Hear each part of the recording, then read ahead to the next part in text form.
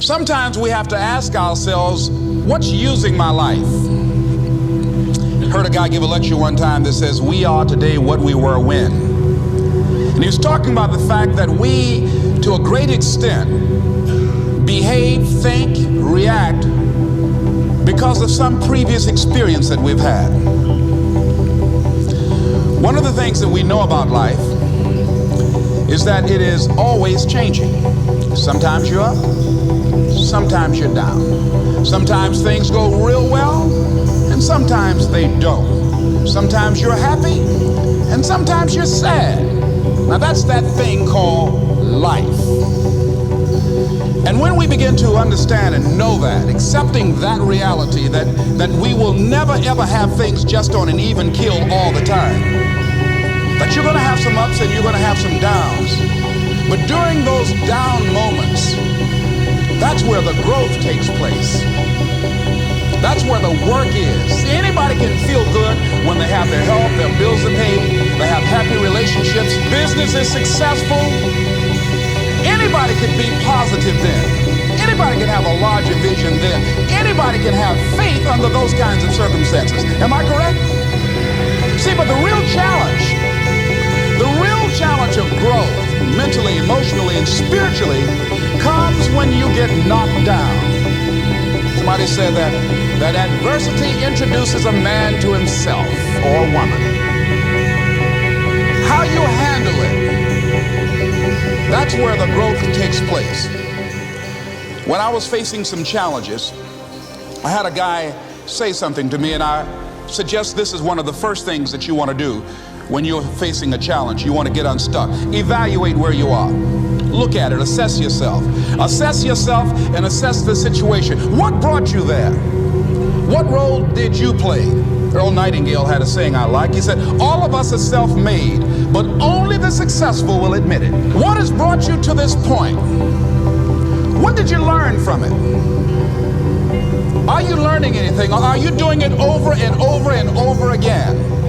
Somebody said that insanity is doing the same thing in the same way, expecting a different outcome. Are you going through it, or are you growing through it? Are you bigger and better because of it? Because it's not going to leave you until you grow through it. I was going through a major challenge in my life that was wearing me out, that was using me. Well, you see, your mind is, you know, when you go into a service station to get gas, you don't go in there and just start pumping. When you push the lever up, it clears the previous bill.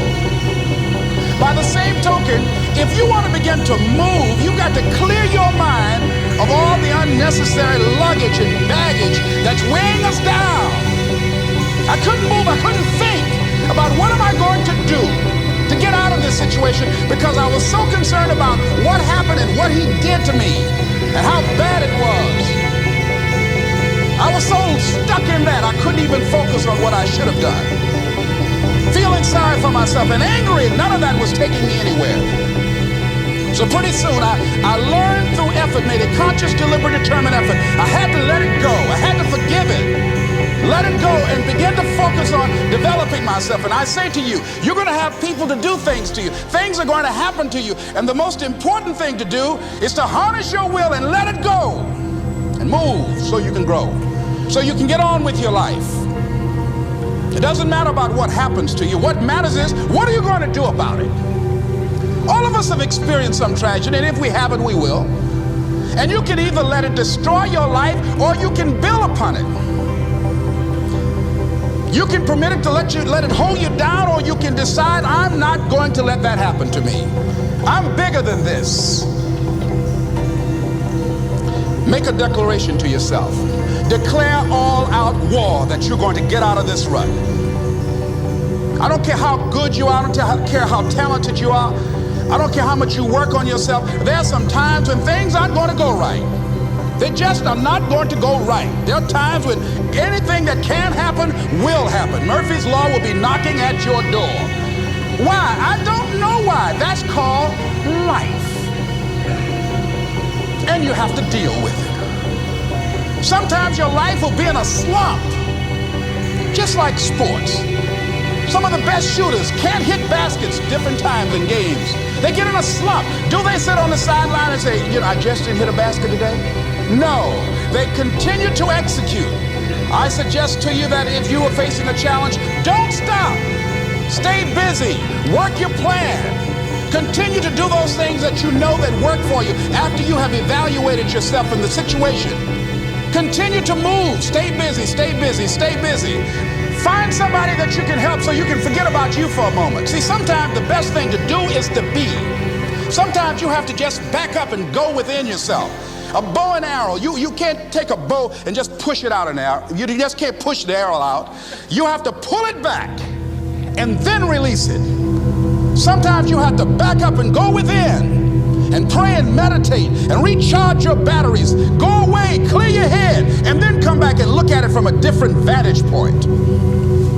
Don't operate while you are under the spell or the effect of what's going on. Next thing is that you've got to activate the thinker in you. Don't allow your emotions to control you. We are emotional, but you want to begin to discipline your emotion. If you don't discipline and contain your emotions, they will use you. Your mind goes on automatic, just like a God. You know, I loved reading the book called As a Man Thinketh by James Allen. He uses the analogy of the mind being like a garden. You know, weeds don't have to have any encouragement to grow. You don't have to water them. They don't have to get sunshine. They don't have to have fertile ground. They will grow through the cracks of a sidewalk. Am I right? But if you want to grow orchids or roses or any kind of exotic flowers, there are special processes and procedures you must go through. Well, by the same token, you don't have to force yourself or motivate yourself to think negatively, to be depressed, to hate somebody, to want revenge, to want to get back at somebody, to beat yourself up over the head, to feel loaded with guilt. You don't have to make any effort to do that. Your mind is on automatic. It will do that by itself. But if you want to begin to move into your own personal greatness, if you want to begin to really enjoy a happy, successful, healthy life, you've got to be willing to go against the tide. You've got to be willing to harness your will and say, in spite of this, I'm in control here. I'm not going to let this get me down. I'm not going to let this destroy me. I'm coming back, and I'll be stronger and better because of it. You have got to make a declaration that this is what you stand for. You're standing up for your dreams. You're standing up for peace of mind. You're standing up for health. You want it, and you're going to go all out to have it. It's not going to be easy. When you want to change, it's not easy. If it were in fact easy, everybody would do it. But if you're serious, you'll go all out. Yes, I'm going to turn this situation around. I'm not going to sit back and moan and cry over what happened and what went wrong and who did what. I'm going to do something about this situation.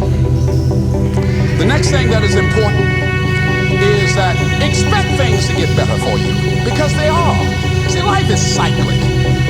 You're not, whatever experience you're having right now, it has not come to stay. It has come to pass. Not to stay, just to pass. It's just going through. The biggest challenge is to know what's happening. This is a part of this thing we call life. This too shall pass. And maintaining perspective, putting it in perspective. The other thing is take full responsibility for your life. Accept where you are and the responsibility that you're going to take yourself where you want to go. Someone said we have two primary choices in life. We can either accept conditions as they exist, or we can take the responsibility to change them. See, a lot of people want to exempt themselves from taking responsibility. All they want to do is talk about the problem. Every time you see them, they'll tell you their story over and over and over and over again. No. You want to take responsibility for your life. I got me here, I can get me out of this. And I'm getting out. I'm not going to be a volunteer victim. George Bernard Shaw said there are two kinds of people in life. You know, he said those that make things happen, those that watch things happen, and those that don't know what happened. And he said the people that get along in this life look around for the circumstances that they want, and if they can't find them, they So part of beginning to get unstuck, you've got to decide that the behavior pattern that you have adopted doesn't work for you. You've got to change your strategies, and changing your strategy means reinventing your life, recreating you, and you have the power to do that. You can decide that you're going to change, that you're not going to be a wimp. You can decide that you're going to stand up to life. You can decide that I'm going to live each day as if it were my last. You have the power to make that decision. You can decide I'm going to work on myself and develop my power me. And all of these things that are happening to me right now, they're just temporary inconveniences. They're not stronger than I am.